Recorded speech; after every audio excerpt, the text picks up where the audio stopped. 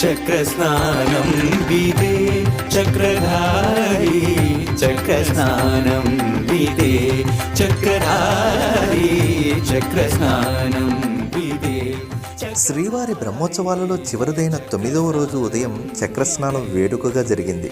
చక్రస్నానం యజ్ఞాంతంలో ఆచరించే అవభృత స్నానమే.